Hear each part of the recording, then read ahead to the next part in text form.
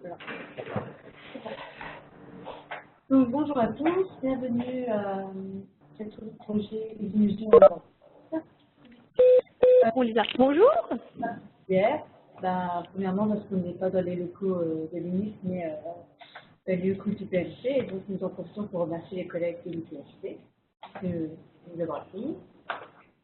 Et parce que cette projet arrive à mi-partie sur le phase 1, donc du projet Illusion. Donc, comme d'habitude, le plan sera découpé en 3 parties. Une petite partie sur Analogist où on parlera de la mise à jour sur ANG et des analyses de plateforme. Une plus grosse partie sera surtout consacrée à EasyPart, où on repassera en revue les différentes fonctionnalités qui sont dans EasyPart. Nous terminerons par les modifications amenées au cours de ce sprint, qui consiste essentiellement à une adaptation des champs en sortie d'EasyPart de façon à les rendre facilement exploitables dans EasyMeasure. Donc c'est d'où l'intitulé de notre sprint qui est Dress Code de printemps. Donc en fait nous allons habiller la sortie d'EasyPart pour qu'elle soit présentable à EasyMeasure. Et nous terminerons avec EasyMeasure. Et cet après-midi, donc, il y a le comité de coordination. Donc, le matin, ce sera consacré à EasyPart et l'après-midi, surtout à EasyMeasure. Et donc, je laisse la main à Frédéric. Oui, donc nous avons fait des mises à jour sur les parseurs de Springer et sur Angular. Donc, en particulier sur les analyses de diffusion. Donc, ça a été fait là pendant le sprint. Par rapport à un analyse qui est récemment une fusion qui a été faite entre Vidéopolis et Garnier. Voilà. Et puis, aussi, notre démarche de personnaliser l'assistance auprès des contributeurs se poursuit.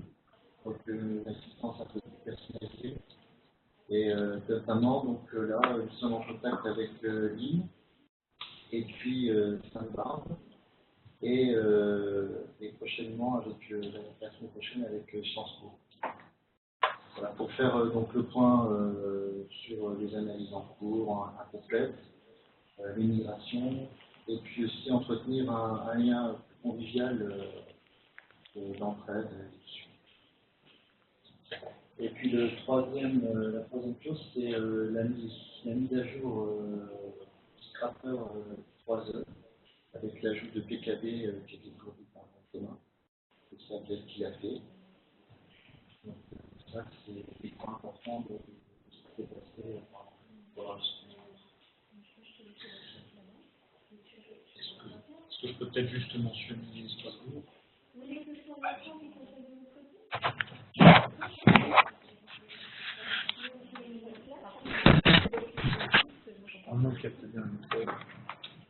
Oui, je voulais juste, donc Thomas Junot, je voulais juste mentionner la tenue d'un sorte de mini-atelier analogiste hier à Strasbourg, au cours duquel il y a eu une volonté assez nette de faire quelque chose d'un petit peu plus long ou un petit peu plus abouti. Donc c'est peut-être quelque chose à prévoir pour un des prochains sprints, d'avoir un accompagnement. Donc il y a l'idée de refaire un atelier ouais. Mais cette fois sur une durée peut-être d'une demi-journée, ou même une journée. Comme on avait déjà fait à Lyon, comme on avait déjà fait à Bretagne, etc. C'est une bonne chose. Ouais, c'est vrai qu'on peut le prendre.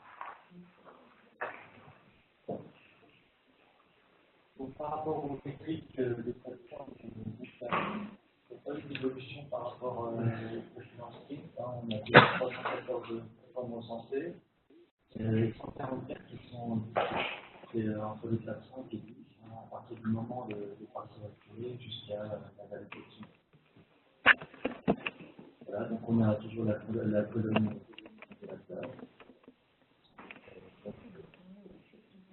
C'est un petit peu grand.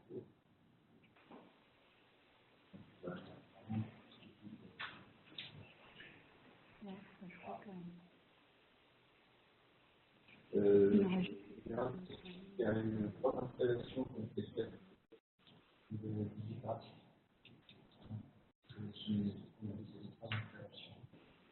Dans le sprint. Et la liste d'abonnement des contributeurs et des users, 88 users avec une moyenne de 5 à 15 minutes par mois.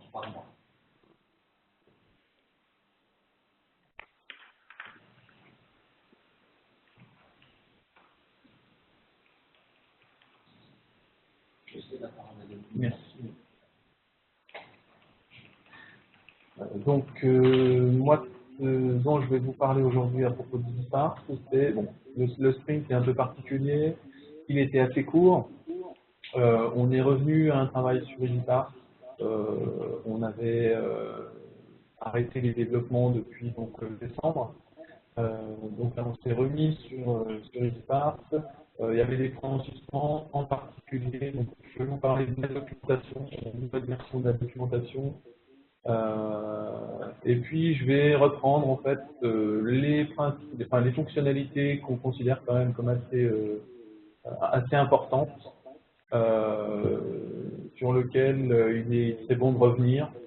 En fait, l'objectif c'est que les utilisateurs de DigiParts, vous les utilisateurs de DigiParts, vous ayez bien en tête tout ce qui est à votre disposition pour produire des événements de consultation avec DigiParts. Et pour nous, l'objectif, c'est que vous soyez prêts à fournir des événements de consultation pour nourrir d'e-mesure. Donc, c'est pour ça qu'aujourd'hui, l'objectif du sprint, c'était donc d'adapter la sortie DigiParts pour EasyMesure, mais on va vous parler de tout le process qui peut conduire à ça. Et donc, la première étape, c'est la nouvelle version de la documentation. Il y a un lien dessus, donc voilà, le lien il sera actif dans la présentation qu'on diffusera. Je vais revenir dessus.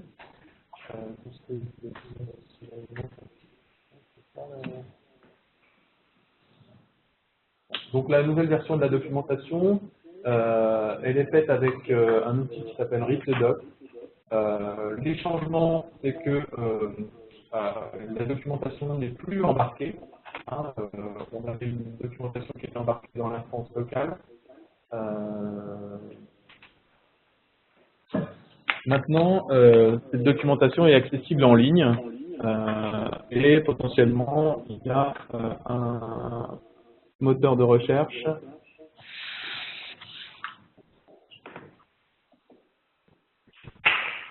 par exemple, qui fonctionne, voilà, et qui permet de parcourir la doc, parce qu'elle commence à être assez fournie. Donc, c'est un processus qu'on commence, cette refonte de la doc. Donc, la première étape, c'est de la mettre en ligne via ReadTheDocs, puis on va la repasser pour la nettoyer, l'améliorer.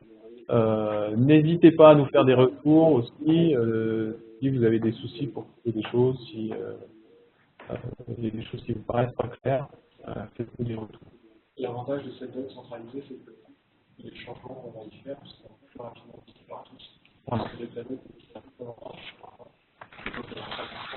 Il n'y a plus de temps d'attente pour la mise à jour de la doc sur les instances. Il n'y aura plus que cette doc-là qui sera.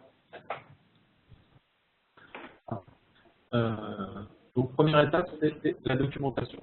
Normalement, dans la documentation, vous avez tous les éléments en partie dont je vais parler là, mais qui permettent de comprendre comment fonctionne DigiParts.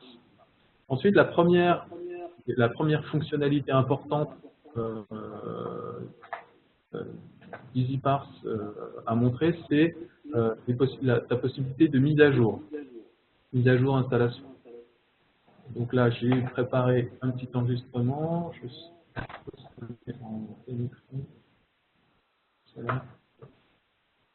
Donc on se connecte. Au début, vous voyez bien. Voilà. Donc là, en fait, on va montrer une mise à jour via l'interface web. Donc on a une instance qui est installée, on se connecte avec l'utilisateur qui est administrateur, donc il y a l'onglet administration qui apparaît. Voilà. On a un petit tablier pour dire voilà, il va vérifier s'il y a des mises à jour qui sont disponibles. Bon, il se trouve que là, il n'y a pas de mise à jour disponible, mais on peut, en fait, là, on est sur une version qui est en mode développement. Et donc là, on peut, par exemple, revenir sur une version stable. Et donc, cette mise à jour se fait automatiquement. Hein, vous avez vu, il suffit juste de cliquer sur le bouton et l'instance va aller télécharger sur GitHub, sur le dépôt central, la version, donc soit la version à jour, soit la version stable. Là, on a vu que EasyPart était arrêté et il est relancé. Voilà, il est relancé et là, voilà, on a la nouvelle version disponible. Donc là, ça c'est une mise à jour via l'interface web. Donc c'était pour vous montrer que c'est assez facile à faire.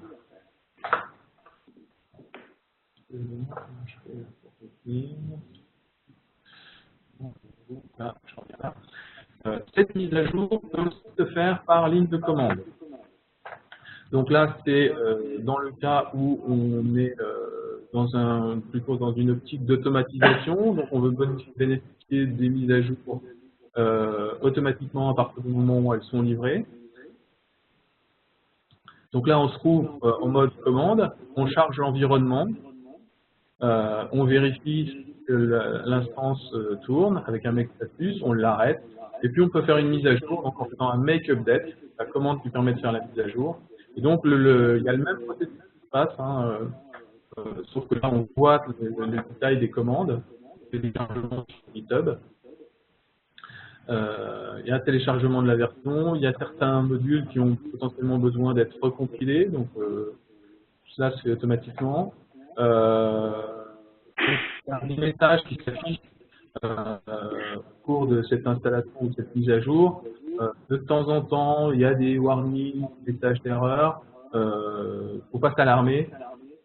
En fait, ce qui est important, c'est le code retour à la fin de l'installation qui dit qu'en fait, généralement, ça s'est bien passé. Donc, ce qui se passe, c'est qu'on a un serveur d'intégration. À chaque fois qu'on fait une mise à jour, cette mise à jour, elle est automatiquement déployée et on vérifie donc que tout s'est bien passé avant de livrer.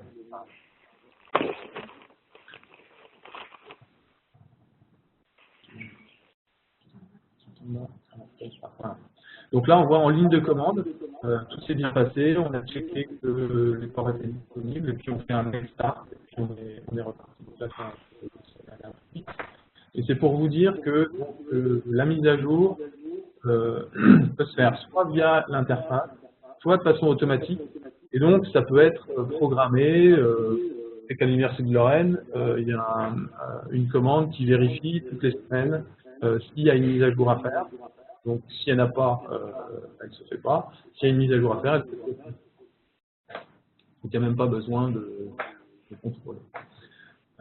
Donc là, cette fonctionnalité de mise à jour, elle est assez importante. Alors, on a fait une mise à jour en début de sprint.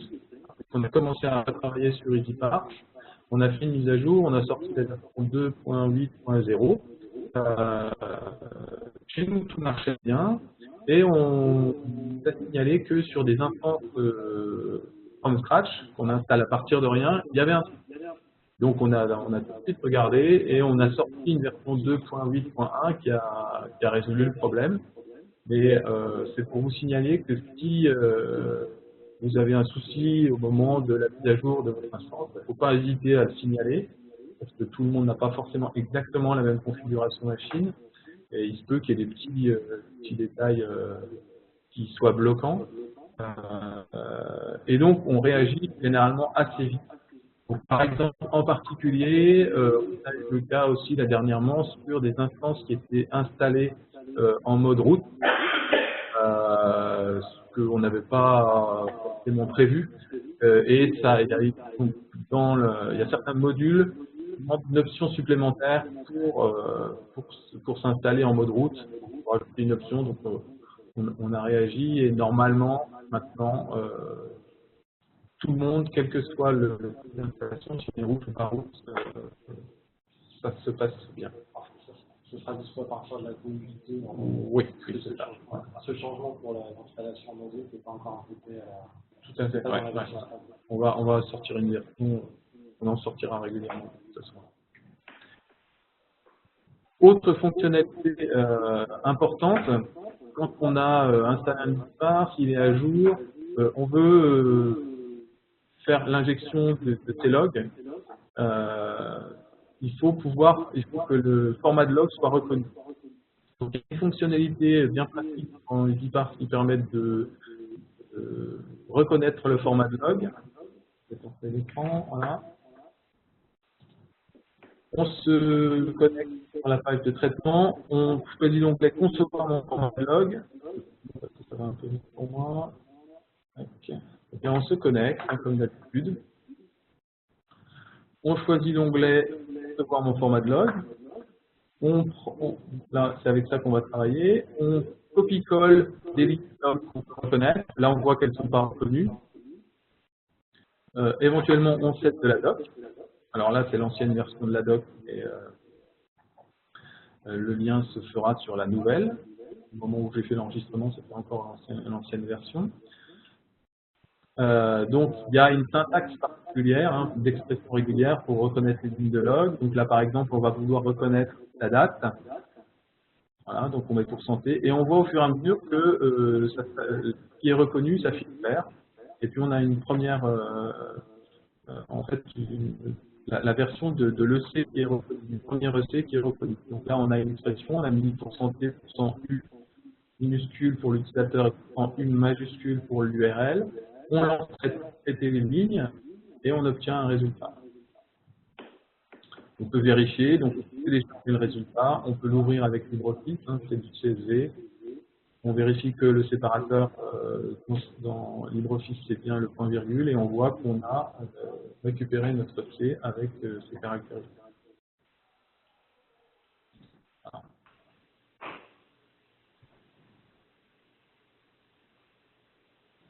Donc voilà, ça c'est l'expression régulière, donc du coup, il faudra utiliser pour reconnaître ce type de log.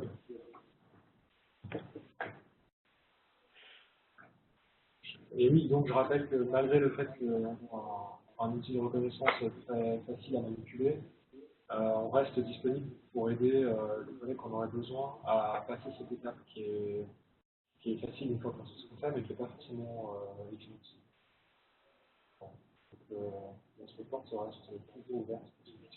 Voilà, sachant que effectivement, quand on installe un EasyPart et que on veut commencer à travailler avec, la première étape, c'est l'adaptation au format de log.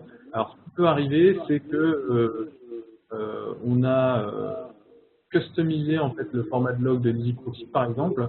On a rajouté des champs parce qu'on voulait une information supplémentaire. Et donc là, effectivement, EasyPart ne le reconnaîtra pas par défaut. Et donc, il faudra utiliser éventuellement la découverte de format de log et adapter l'expression régulière qui sert à reconnaître les logs. Mais ce qu'il faut savoir aussi, c'est que la plupart du temps, si c'est de l'EasyProxy standard, on reconnaît tout seul. Enfin, EasyPart se reconnaît tout seul. Donc, il reconnaît EasyProxy, il reconnaît Squid, il reconnaît Apache. Donc la première étape, c'est de mettre, de copier-coller les échantillons de lignes de log, puis de voir si ça marche ou si ça marche pas. Si ça marche pas, si vous n'avez pas de connaissance des expressions régulières, effectivement, vous nous appelez. On le fait ensemble.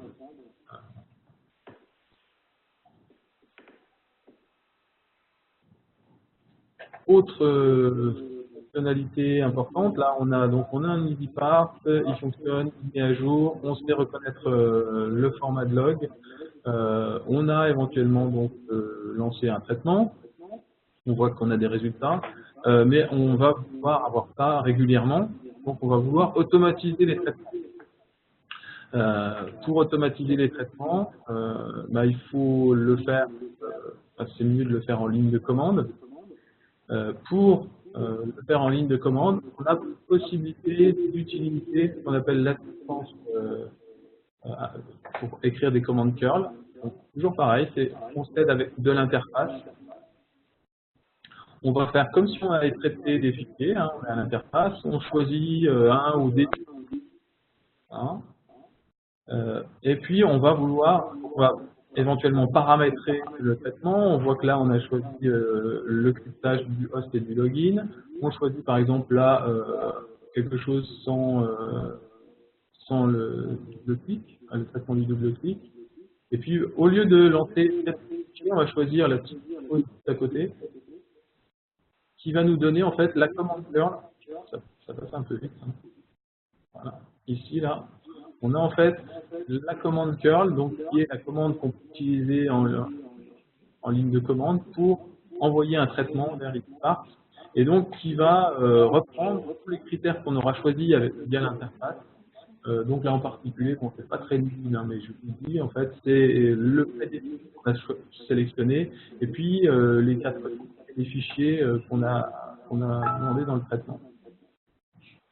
Voilà, ça on peut copier-coller cette ligne, on repasse en mode commande. Donc là, on n'a pas besoin de paramétrer le user et le mot de passe, hein, parce qu'on est en mode non authentifié. Pardon. Là, je retire des fichiers, enfin 2 fichiers, parce que bon, pour que le traitement aille un peu plus vite. Donc on lance cette commande curl et puis on la redirige vers le résultat en fait du traitement va être émis sur la sortie standard. Donc là c'est pour ça qu'il y a un chevron et qui va rediriger vers mon fichier résultat.csv. Je sais pas si vous voyez bien. Hein. Je suis en déjà. Et donc là on a un fichier résultat qu'on peut ouvrir avec LibreOffice comme on le fait quand on clique via le navigateur. On se retrouve avec un fichier CSV, on vérifie bien le point virgule comme séparateur. Et on vérifie aussi tout ce qui est l'encodage, c'est... Voilà, oui. Voilà, oui. Et là, si je reviens ici, là, on voit que le caractère c'est bien UTF-8, ici, là, en haut. C'est important pour afficher correctement, notamment chez voilà. Pour les accents, les problèmes d'accent. Parce qu'effectivement, LibreOffice le fait par défaut, il le reconnaît assez facilement, par contre Excel, moins bien. Et donc Excel, il faut lui dire. Et là, c'est vrai que j'ai fait la démo avec LibreOffice. Donc voilà, là c'était pour donc avoir la commande qui permet d'utiliser, enfin de l'interface pour lancer ça de façon, enfin en ligne de commande. Donc cette ligne de commande, on peut donc la mettre dans une grande table de la même façon. Si par exemple on a un fichier qui est reversé toutes les semaines, eh ben, on peut une commande qui va faire le traitement de ce fichier toutes les semaines grâce à cette ligne de commande. Et donc on obtient un fichier résultat. On a aussi une autre fonctionnalité qui permet de faire ça de façon encore plus pratique, qui s'appelle le traitement automatique en nombre, traitement bulk, on appelle traitement bulk. Le principe, c'est on a un répertoire où on va avoir les fichiers de log et on va vouloir avoir les résultats dans un autre répertoire résultats. Je vais montrer ce type de vidéo.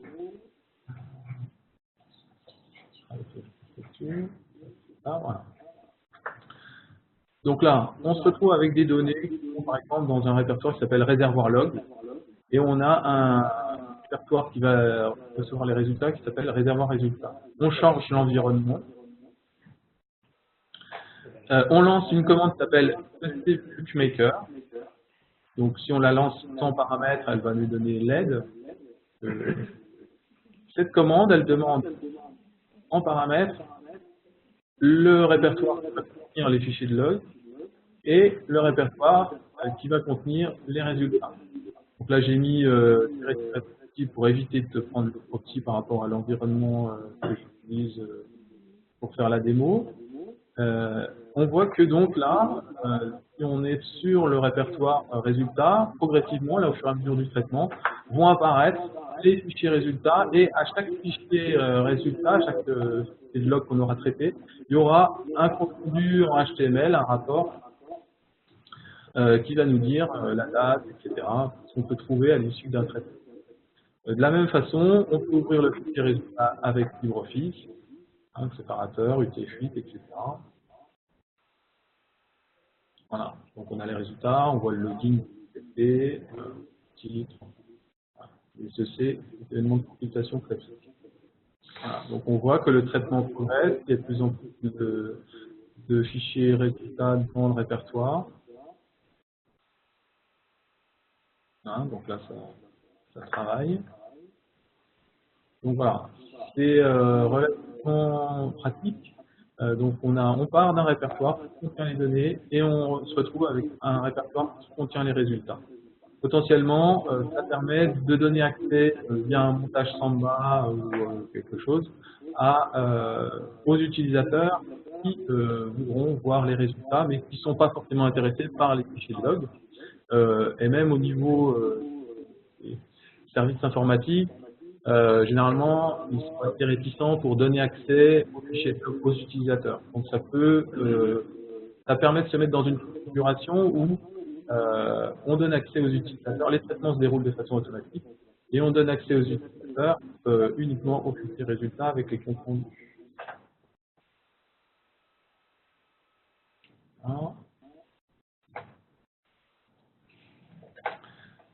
Le traitement automatique en nom, voilà, je ne l'ai pas montré tout seul, mais on peut passer en paramètres des headers pour paramétrer le traitement. Là, en fait, on avait défini des fichiers de log qui viennent de nos portails, donc le format est reconnu automatiquement. Mais si ça doit se faire avec des fichiers de log qui ont un format particulier, ou pour lesquels on veut un traitement un peu particulier, du genre pas de boutonnage ou des choses particulières, on peut passer à cette ligne de commande des paramètres via les headers. Voilà. Donc ça, c'était fonctionnalité d'automatisation des traitements. Autre fonctionnalité qui peut être intéressante, c'est celle du nettoyage de log. Alors, on a eu des demandes au cours de ce sprint et au cours du sprint précédent, où on a eu des cas avec l'Université de Sainte-Barbe ou la commune de Normandie, où les logs, en fait, c'est des logs qui sont les logs globales de l'université, dans laquelle se trouvent les consultations des et donc global, en opposition à log d'un université. Voilà. Donc là, c'est plus les logs pratiques sortant de l'université. Donc ça correspond à un volume bien grand que ce qu'on traite habituellement. Et en particulier aussi, donc ça nous a permis aussi de nous apercevoir que on devait régler dans ces cas-là le timeout en fait de notre serveur, parce qu'en fait le serveur EasyParse va traiter les logs et il va rencontrer très peu d'événements de consultation. Ça va être des logs qui sont très dilués, et donc on a fait un réglage pour pouvoir justement être capable de traiter ces logs-là, parce qu'en fait on partait en timeout, on disait bon non, il n'y a rien à faire, donc on s'arrête. En fait, c'était pas vrai, c'était juste parce que c'était des logs très dilués.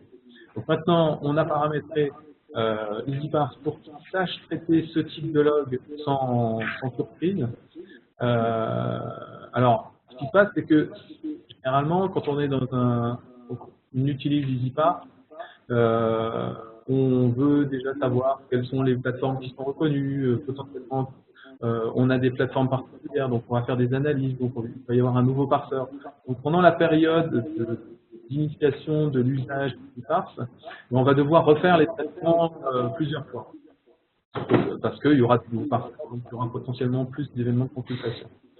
Donc dans le cas où c'est des logs très volumineux, donc potentiellement on voudrait ne pas perdre du temps à repasser toutes ces logs volumineuses, il y a une option qui est bien pratique, qui est celle de la possibilité de nettoyer les logs. Cette option, elle s'appelle Clean Only.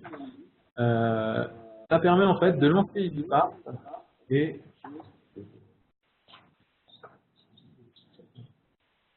de lancer le traitement EasyParse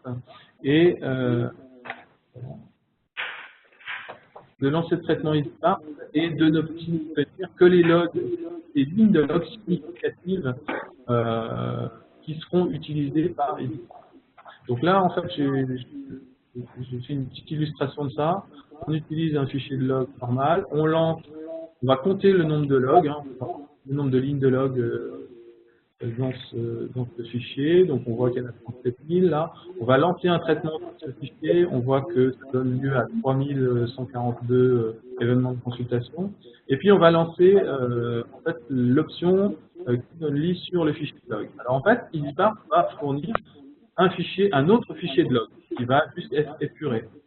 Donc on le compresse à la volée et on obtient un nouveau fichier de log compressé, donc qui n'est censé contenir que les lignes significatives. On voit que là, par exemple, on est passé à 18 297 lignes.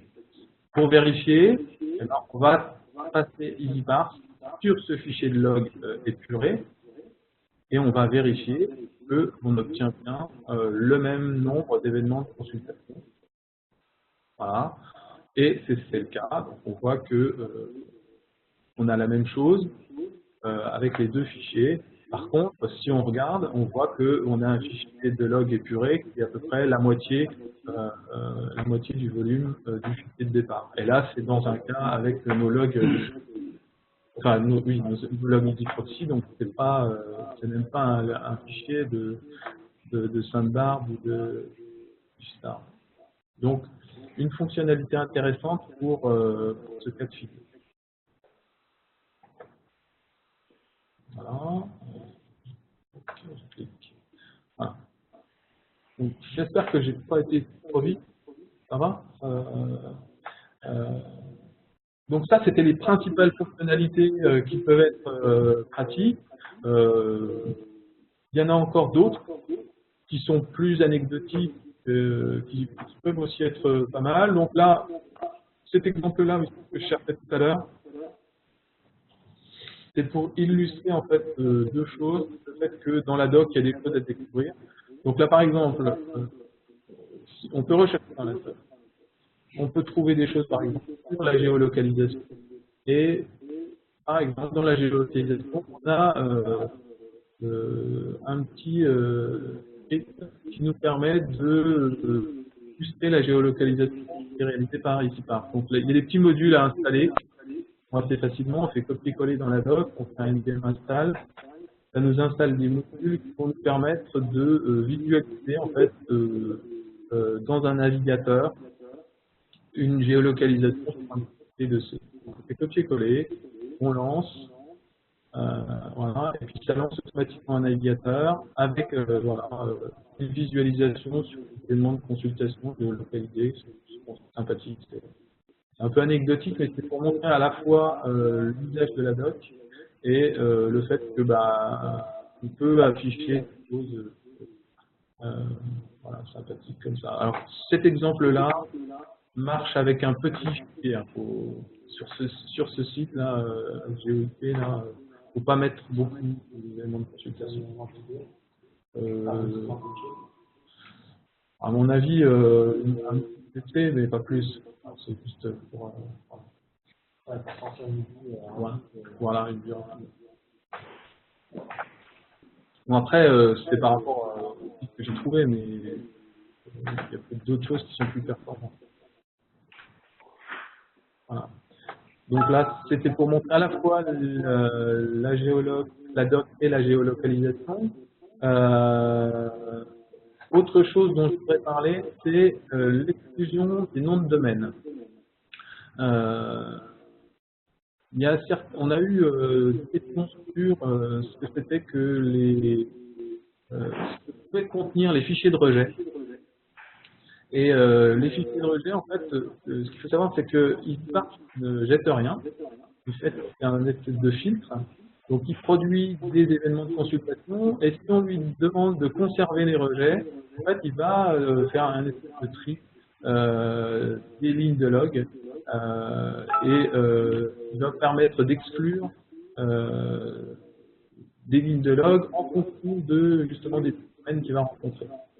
Donc il y a en fait un dépôt qui nous permet de gérer, et en particulier il y a un fichier par exemple qui s'appelle domaine.default.txt qui va contenir, donc on peut la customiser en instance locale, et qui va contenir les domaines qu'on veut ignorer et que ils se retrouveront dans les fichiers de log et qu'on certainement c'est pas la peine de les traiter. Voilà, donc en remplissant ce fichier, on peut, avec les noms de domaines qu'on rencontre dans les fichiers de log au niveau des fichiers de rejet, ça permet d'éviter de générer trop de rejets. Donc, C'est dans CleanLog aussi. oui, dans Cleanly, oui, ça doit être clair. Donc là, c'est quand on veut vraiment optimiser son installation, on peut paramétrer ça. Et d'ailleurs, c'est quelque chose qu'on vous conseille de faire une fois que le traitement fonctionne, pour ne pas se retrouver avec des listes de rejets indistinctes. Parce qu'en fait, si on renseigne pas cette option-là, on se retrouve avec des rejets qui s'appellent domaine inconnu. Oui. Et c'est trop générique pour vouloir dire quelque chose, alors qu'il y a des domaines dont on connaît et dont on sait qu'on ne peut pas les traiter. Par exemple, il y a des domaines connexes, d'éditeurs comme Elsevier, OLA, etc. Donc on sait que c'est les domaines qu'ils utilisent pour les images, les feuilles de script, etc. Ça, on peut déjà les écarter. Et on peut dire à EasyParse, et pratiquement, voilà, moi je sais que ces domaines-là, de toute façon, ne nous intéressent pas. Donc ça réduit la métrique de domaines ignorés dans lesquels il y a d'autres choses qui nous intéressent. Par exemple, les domaines que EasyParse ne se fait vraiment pas traiter et qui mériteraient un parseur. Donc ça permet de faire la simplification. Voilà, petite précision importante et utile. Autre exclusion, l'exclusion des robots. Alors, ça, l'exclusion des robots, c'est pratique dans un contexte un peu particulier, c'est celui en fait des traitements des logs d'archives. Traitement des logs d'archives du type revues, Alice, Doctrine à l'UL. Donc EasyParse est capable de traiter en fait, les logs de type d'archives. Donc à ce moment-là, il n'y a qu'un seul parseur qui est activé, qui est le parseur qui va correspondre à la reconnaissance des URL de ce site d'archives. Mais dans le contexte des sites d'archives, ce qu'il faut savoir, c'est que comme c'est des données qui sont accessibles sans authentification, c'est des sites qui sont potentiellement consultés par des robots. Donc, on peut même être massivement consulté par les robots. Et donc, ces consultations polluent en fait on peut vouloir obtenir en termes de consultation de ces propres archives. Et donc, on peut faire le tri de ces consultations robots grâce à un dépôt par exclusion et qui va contenir une série de fichiers. Donc, la terminologie, c'est que ce fichier commence par robot et puis qui se termine par .txt et ces fichiers donc, en fait une liste d'adresses qui correspondent à des robots. Et donc, EasyParse va pouvoir soit exclure ces consultations, exclure les événements qui correspondre, ou les taguer en tant que consultation de robots, de façon à pouvoir faire la distinction, la part des consultations de robots dans les consultations totales. On veut quand même avoir les consultations totales, mais on veut pouvoir faire la part. Donc, en allant compléter les adresses des robots qu'on connaît dans ce répertoire EasyParse exclusion, bien, on va écarter, on va taguer les consultations. Alors, ça, c'est une problématique qui est assez complexe. C'est pour ça que on a mis aussi un lien d'un article récent sur le sujet. Parce que c'est que les robots, il y en a des nouveaux, et donc ces listes d'annonces adressées, eh ben, elles doivent être mises à jour régulièrement.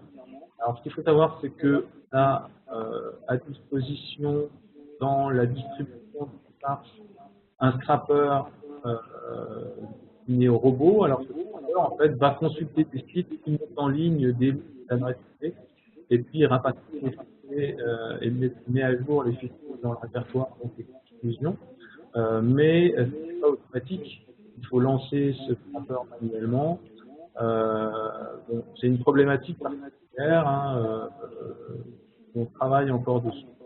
Et donc, on fait aussi des appels à contribution pour des gens qui éventuellement ont leur propre façon de récupérer des adresses IP pour les robots. Voilà. Il y a des gens qui ont fait des choses. Hein. Il y a Counter qui a une de robots, une liste de 2014. C'est des noms en fait. Voilà. Oui. Pourquoi le choix de... En fait, parce que l'adresse IP, c'est un des champs qu'on a dans les logs. Ouais. Oui. Alors donc, il y a d'autres moyens, effectivement, on peut le récupérer à partir de l'autre, sinon, si on l'a, ou alors aussi de la signature, et puis mettre des expressions régulières dans les signatures, mais après on rentre dans des choses relativement complexes. Oui, alors que là, c'est un paramètre qu'on a déjà dans le log. Voilà. Malheureusement, dans les logs, on n'a pas le. Donc en fait, c'est a priori pas exploitable dans pas le. Il faudrait configurer les edit proxy pour qu'ils génèrent le user agent pour qu'on puisse éventuellement. C'est un peu compliqué. En tout cas, c'est vrai que c'est une problématique vraiment d'actualité. Je ne sais pas si vous êtes abonné à la liste HAL Info, mais les statistiques de HAL, il y a. Enfin, je ne sais pas où on est. Je sais qu'il était question qu'il y a un travail aussi d'utilisation d'EasyParse pour les logs HAL. C'est vrai que les stats de HAL laissent dubitatif beaucoup de monde parce que effectivement. Alors, ce point-là sur la consultation par les robots. Dans la réponse qui avait été faite par le CCT, il disait qu'ils excluaient les robots, mais qu'il y avait notamment du moissonnage OAI qui était décompté. Mais je pense que ce serait intéressant, comme souvent, c'est intéressant d'avoir plusieurs vues pour voir que la vérité se situe sans doute quelque part un peu au milieu. Quoi, hein, plusieurs réponses en fait. Et puis c'est vrai que c'était un petit peu des fois contradictoire. La conclusion, c'est que les stats de HAL sont exploitables aujourd'hui. Enfin, on ne peut pas comprendre ce qui est généré. Mais en particulier, effectivement, en fait, ça a augmenté effectivement depuis qu'ils sont ouverts en OAI. Depuis qu'ils sont devenus compatibles OpenAir, il fallait qu'ils soient mentionnés en OAI. Mais en tout cas, voilà, je pense qu'il y a vraiment un gros intérêt quand même toujours pour cette fonction d'EasyParse. Alors, il y avait eu des contacts. Oui, on a commencé, on est capable d'analyser les logs de HAL, mais nous on avait initié le truc, on peut le faire. Alors, à partir du moment où on a les logs de HAL, on avait eu accès à un mois de log. Ouais. Et on avait démontré que c'était du matériau qui nous suffisait pour travailler. Voilà. Et après, on s'est arrêté. Voilà, on a des ECA. C'est pas fondamentalement différent de revues détenues. Non, voilà. Non, pas du tout. Et aussi, la différence, c'est qu'on va travailler avec des appels d'API, parce que dans les logs HAL, on a des constitutions, et du coup, pour pouvoir enrichir les éléments de consultation et dire que la consultation pour un article de telle auteur, de telle année, il faut refaire un appel d'API. Voilà. Mais c'est une problématique sur laquelle on travaille aussi dans le cadre du texte. Parce qu'on est aussi capable avec EasyParse d'analyser les logs d'ISTEX. Alors, ISTEX, il y a la partie mise à disposition sur les plateformes des éditeurs, mais il y a la partie aussi ISTEX API, donc on gère à MIST, donc on a des fichiers de log, et donc c'est le même contexte que les logs d'archives. La même façon que ce que disait Thomas, on a dans les logs ISTEX donc des identifiants, et donc pour savoir qui a été interrogé, on fait un appel d'API pour enrichir à partir de cet identifiant. Donc c'est une problématique qu'on est dedans, quoi, on la connaît, quoi. On sait gérer. Et on sait la gérer. Donc on est disponible pour en rediscuter si le sujet est représenté.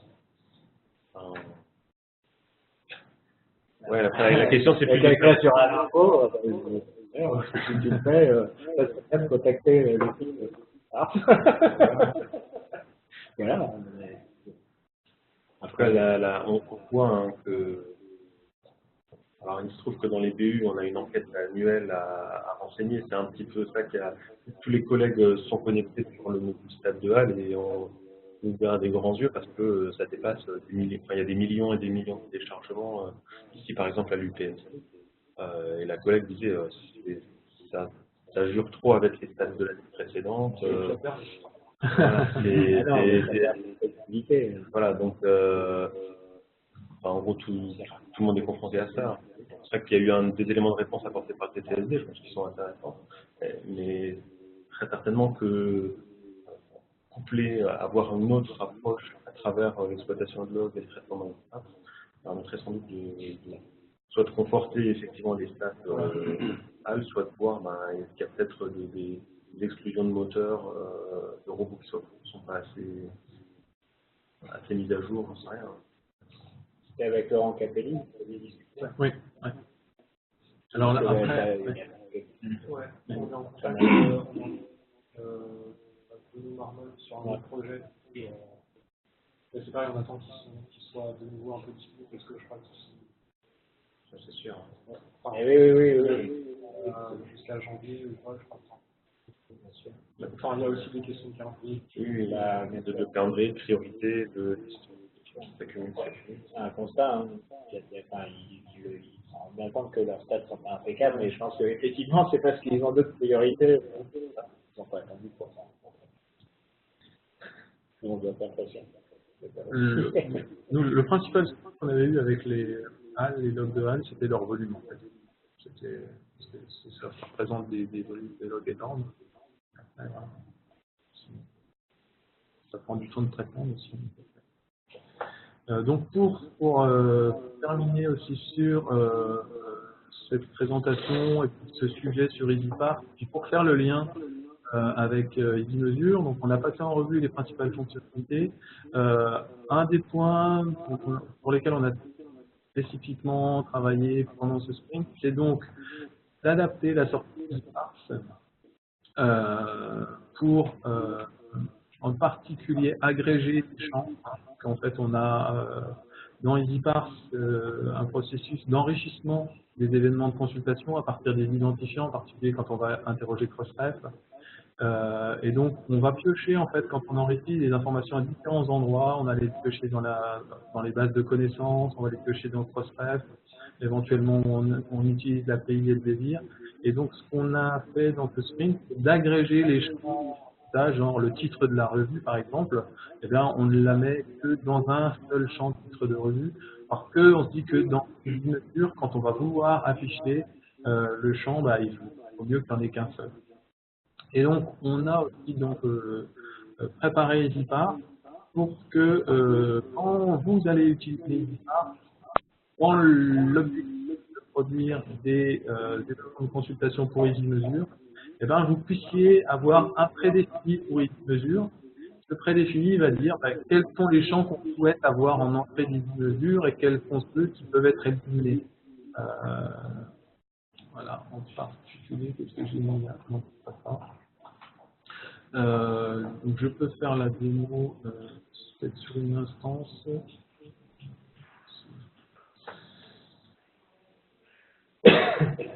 Laquelle?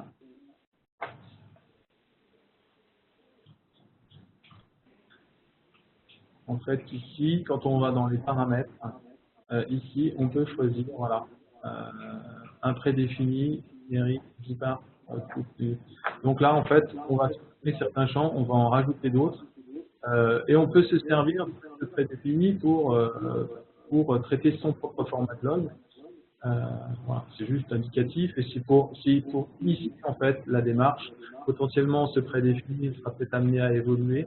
Mais c'est pour vous dire que on a adapté EasyPark pour le préparer à injecter des choses dans le Oui, non, on l'a pas vu ici, mais là, par exemple, ici, on a un champ supplémentaire qui est un champ ID. En fait, ça nous avait déjà été demandé, ça n'est pas utile dans le cadre d'Easy Mesure, c'est le fait de pouvoir dédoublonner, enfin, identifier de façon unique des événements de consultation, de manière à ce que si on verse plusieurs fois le même traitement d'événements de consultation, d'un fichier de log, ça vient écraser, ça ne cumule pas en fait, hein, ça vient écraser ce qui a déjà été reversé. Voilà. Donc un même événement de consultation issu de deux traitements aura le même ID. Ça permettra de ne pas faire de cumul, éventuellement d'avoir des chiffres corrects. Alors, ensuite, on aborde la partie easy mesure. Là, on a un EasyParse qui est prêt à générer des choses pour easy mesure.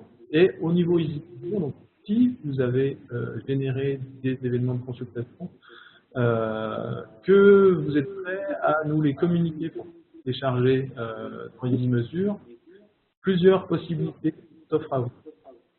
Soit vous déposez le fichier résultat via en fait Renater. Renater, ils ont en fait là je le fais. C'était pas ça en fait que ça ne parle pas de ça. En fait oui, le début là ça parle en fait que au cours du sprint on est passé en mode production, c'est-à-dire que les sprints précédents sur easy mesure, on vous avait montré qu'on était capable de s'authentifier via la fédération d'identité. Donc, on est déclaré comme fournisseur de service, easy mesure est déclaré comme fournisseur de service auprès de la fédération d'identité. Jusqu'ici, on était dans la fédération d'identité de test. Maintenant, on est dans la fédération d'identité de production. Et donc, easy mesure est considéré comme un service de production, donc on peut commencer ce dépôt de façon tout à fait, comme si c'était en production. Donc là, ça c'est un écran qui illustre le fait qu'on soit déclaré comme fournisseur d'identité, fournisseur de services, pardon, ici. Qu'est-ce que je voulais dire d'autre sur ce... Voilà, donc là j'ai parlé du profil pour le chargement, du temps qu'on rajoute ou pas. Donc voilà. Donc les deux solutions, c'est donc ça, c'est donc soit on va déposer via file sender de Renater, le service de Renater, on va déposer un environnement sécurisé, parce que pour déposer sur FileSender, il faut s'authentifier, il faut se connecter. Les fichiers ne sont accessibles que aux gens qui sont autorisés à les consulter. Soit on utilise l'API easy mesure, comme on l'a montré dans les sprints précédents. On a une URL sur laquelle on peut déposer un fichier pour le déposer dans un index mesure. Et ça, on reviendra dessus cet après-midi. Voilà, et ça, on reviendra dessus cet après-midi où on parlera un peu plus d'easy mesure. Voilà, donc là, c'était pour dire qu'on est prêt. On a préparé EasyParse et au niveau easy mesure, on est à recevoir. Donc là,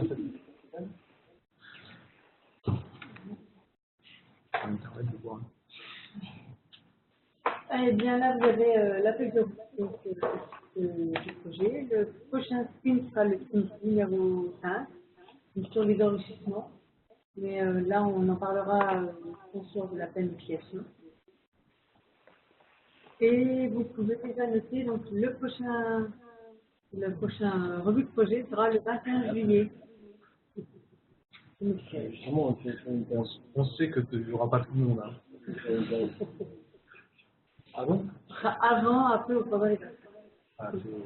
On voulait quand même faire un sprint, pas laisser toutes les vacances. Vous avez du réseau à la plage ou quoi? On pourra vous montrer les trucs. Quelques jours après, si vous avez toujours du réseau à la plage,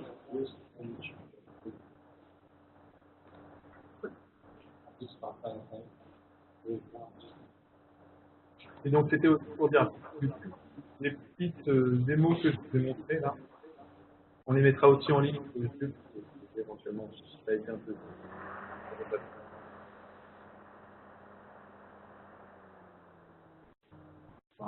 J'avais une question sur les établissements pour lesquels vous avez traité l'ensemble des logs, des logs Apache, peut-être, enfin l'ensemble du trafic sortant. Oui. En fait, ces établissements, ils n'ont pas d'informations dans ces logs sur l'identité des utilisateurs des ressources.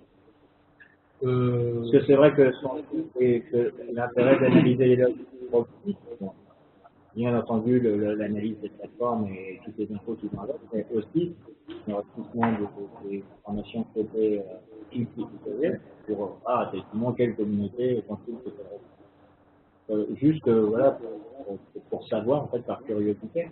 Dans des logs partants des établissements là qui ont été cités, il n'y a pas de manière d'identifier ou de regrouper les par plagité. Ouais. En général, des outils avec plagité, oui. Ok. À peu près c'est plus tard. Mais souvent, l'utilisation plus tard sur les logs globaux, ça permet d'accueillir un dossier en arrivant. Alors voilà, on est capable de faire ça sur des logs globaux, mais c'est très beauté,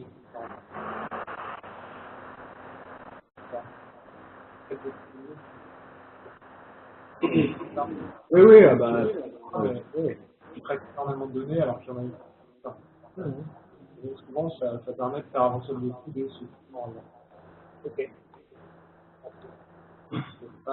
C'est pas le cas général. Hein,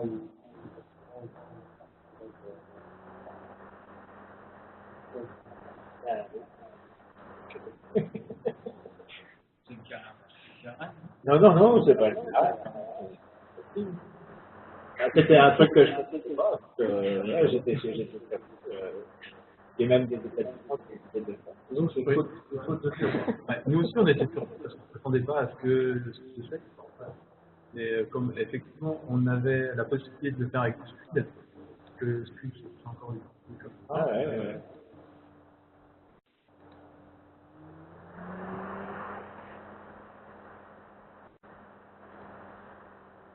Ouais. Bien.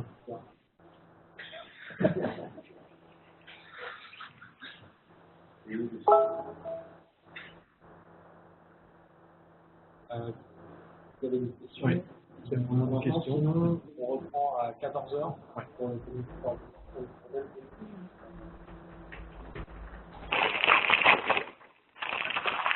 Et donc, par WebEx, c'est un deuxième lien WebEx. En fait, ça fait dans le mail que Cyclic vous avez envoyé il y a quelques jours.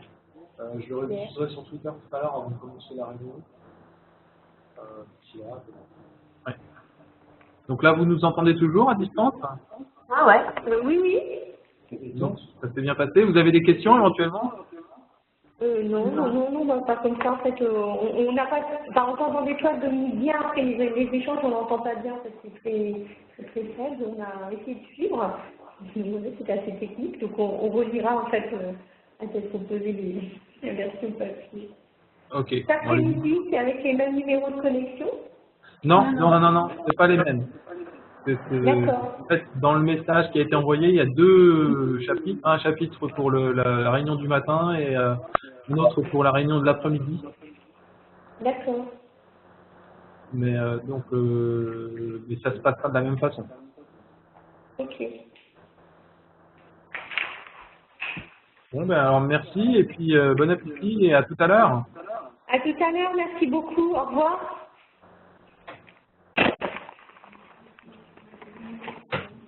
Alors, effectivement, il y a deux